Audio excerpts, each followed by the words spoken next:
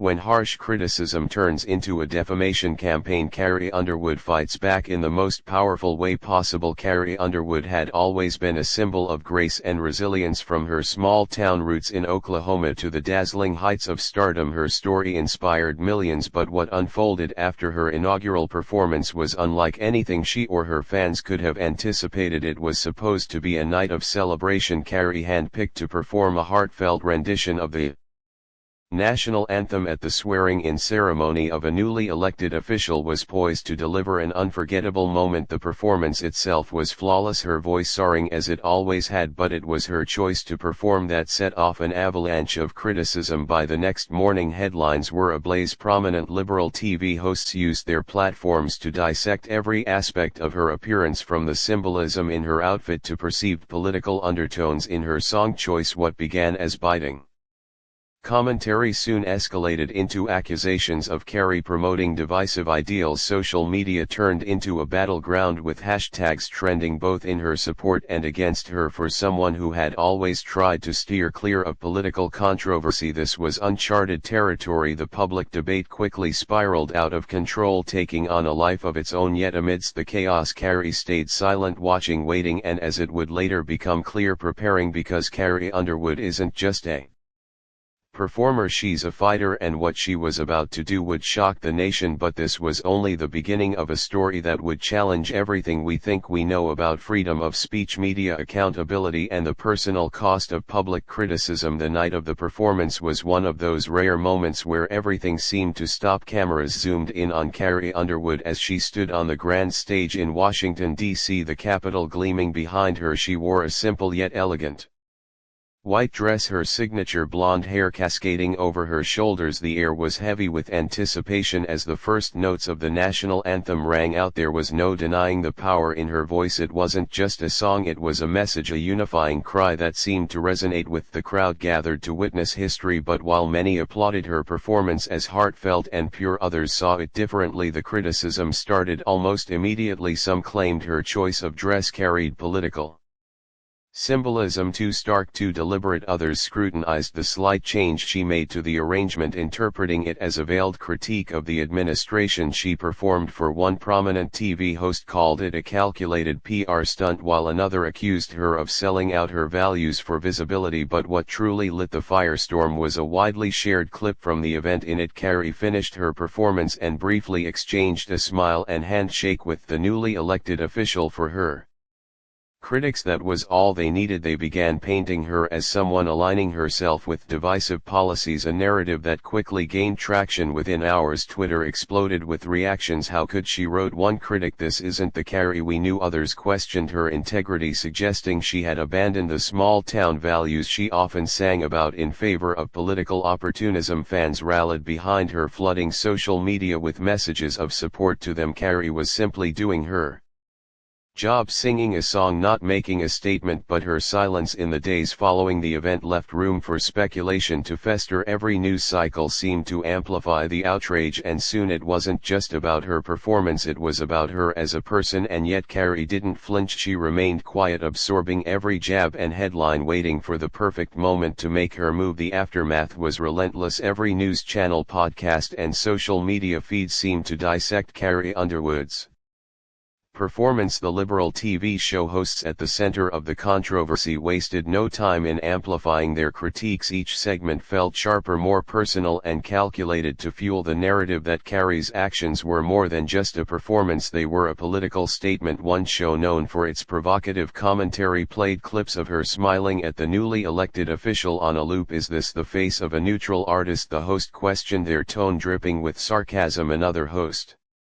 took aim at her lyrics, referencing an old song of hers and twisting its meaning to imply she'd always harbored certain political leanings. The accusations grew more far-fetched, with some commentators even questioning her faith, something she had always held close to her identity. The audience wasn't passive either. Online forums and comment sections turned into battlegrounds, with supporters defending her authenticity and critics calling for boycotts of her music. Hashtags like #CarrieUnderwood Exposed and Hatch. Carrie stands strong trend simultaneously reflecting the deeply divided public opinion. Amidst all this noise, the Liberal hosts didn't stop at commentary. They brought in experts, body language analysts and political commentators to pick apart every frame of her performance. Their broadcasts blurred the line between criticism and outright defamation, with insinuations that Carrie's motives were insidious and self-serving. For days Carrie remained silent. To some this was a sign of guilt, to others it was proof of her grace under pressure. Behind the scenes, however, Carrie and her team were documenting every comment, every accusation and every unsubstantiated claim, and when she finally spoke, it wasn't through a tweet or a press conference, it was through a defamation lawsuit that would send shockwaves across the entertainment industry. When Carrie Underwood finally broke her silence, she did it with precision and intent. Her legal team filed a defamation lawsuit against the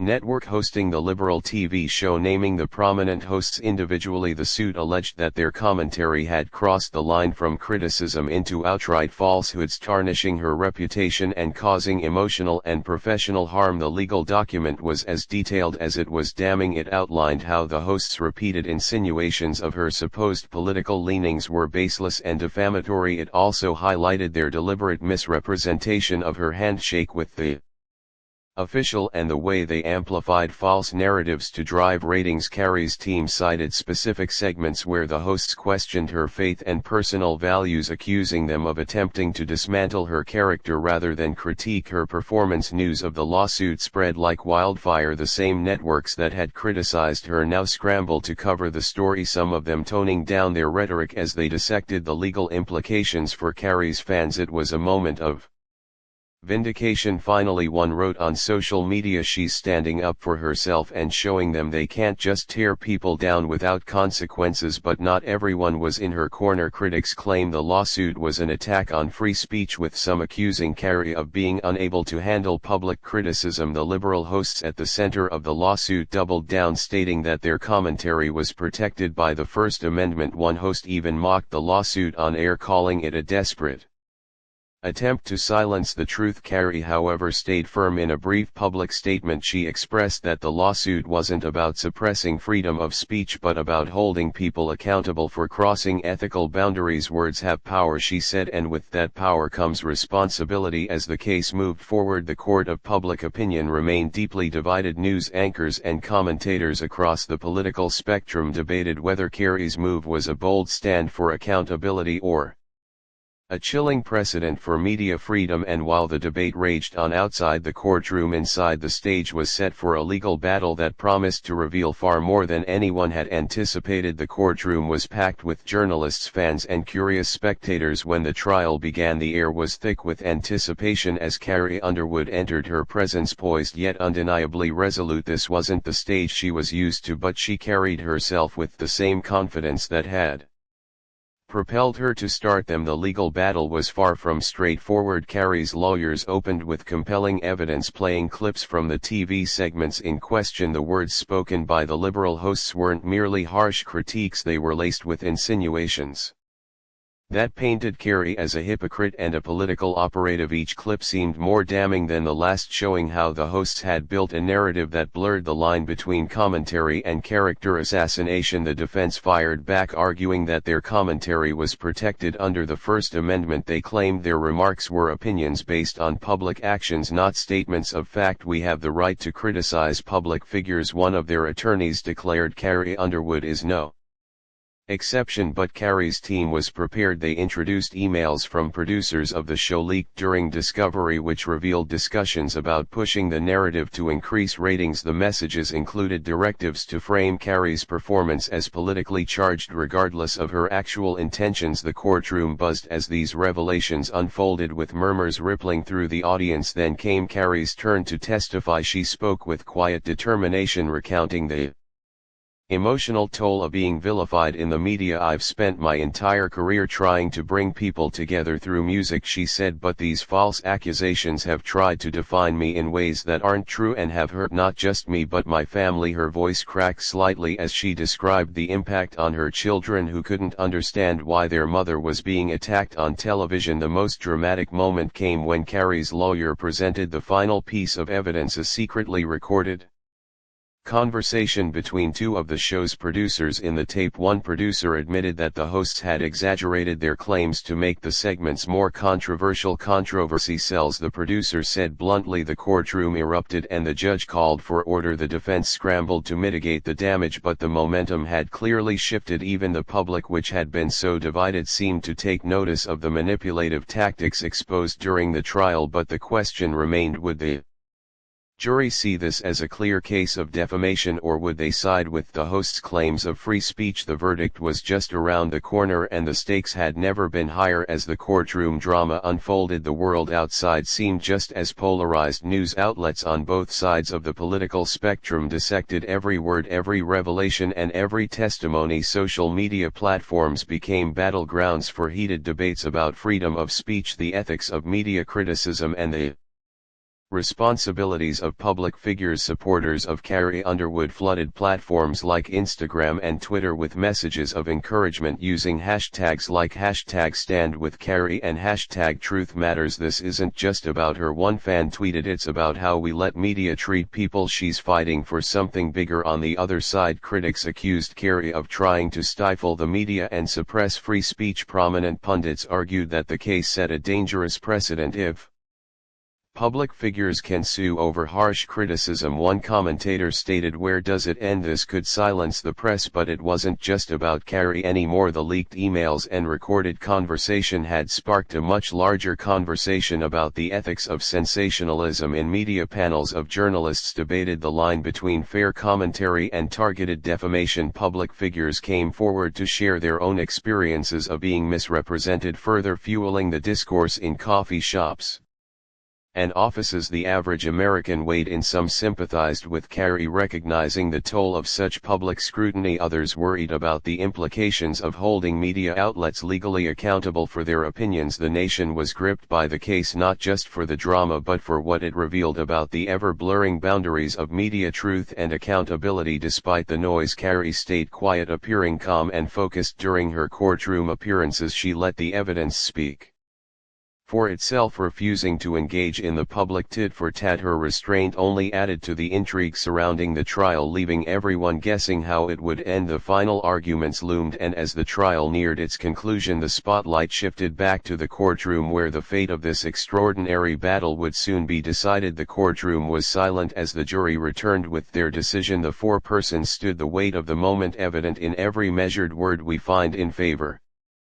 of the plaintiff, Carrie Underwood." The words landed like a seismic shift. Carrie's face remained composed, but the subtle rise of her shoulders betrayed the enormous weight she'd been carrying. The verdict was a resounding victory. The jury had determined that the hosts and their network had indeed crossed the line, defaming Carrie with reckless disregard for the truth. Damages were awarded in the millions, not just as compensation but as a statement about accountability in media practices. The public reaction was swift and loud. Supporters of Carrie celebrated the verdict as a triumph for fairness and integrity. "This isn't about silencing criticism," one fan posted. "It's about drawing a line when that criticism becomes harmful lies." Others viewed it as a much-needed reckoning for sensationalist media, applauding Carrie for taking a stand not just for herself but for everyone who's ever been wrongfully dragged through the mud by headlines. On the other hand, critics decried the decision as a chilling blow to free speech. Opinion pieces questioned what this would mean for journalists, especially those who comment on public figures. Some of the accused hosts remained defiant, stating they would appeal, but their reputations had already taken a serious hit. For Carrie, the victory was bittersweet. In an emotional statement outside the courthouse, she thanked her fans for standing by her. "This was never about silencing anyone," she said, her voice steady despite the clear emotion in her eyes. "It was about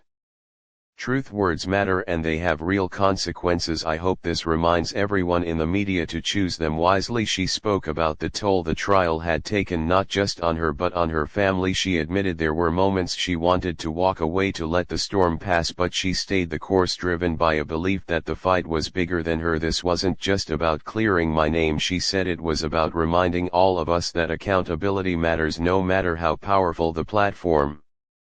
In the months that followed, the case left a lasting imprint. Media organizations re-evaluated their editorial practices, cautious of the lines they were now hesitant to cross. For fans and viewers alike, the trial served as a reminder of the humanity behind the headlines, urging a shift toward more thoughtful and ethical discourse. Carrie's battle had been hard-fought, but it left an undeniable message: standing up for yourself, even in the face of overwhelming criticism, can lead to meaningful change. Carrie Underwood's journey wasn't just about winning a legal battle, it was about reclaiming dignity and truth in a world that often sacrifices them for the sake of controversy. Her story is a reminder that while public figures are under constant scrutiny, they are still human beings deserving of respect and fairness. This case also underscores a deeper truth for all of us: words have power, whether spoken on national television, typed out in a tweet, or shared in a private conversation. The things we say carry weight. They can build someone up or tear them down, sometimes with consequences we can't predict. Carrie's fight challenges us to be more thoughtful in how we engage with others, especially in a time when it's easier than ever to spread opinions without considering their impact. It's a call to hold media and ourselves accountable for the narratives we create and consume. As we reflect on Carrie's resilience, let's remember the importance of standing up for what's right, even when the odds feel insurmountable. Whether it's protecting your reputation, defending your values, or seeking justice, staying true to yourself is always worth it. And if her story moved you, inspired you, or made you think differently, consider joining the conversation. Subscribe to our channel for more stories that challenge the norm, spark important discussions, and remind us of the power of truth. Let's keep this dialogue going. Together we can make a difference, because in the end it's not just about what happens to Carrie, it's about what we learn from it.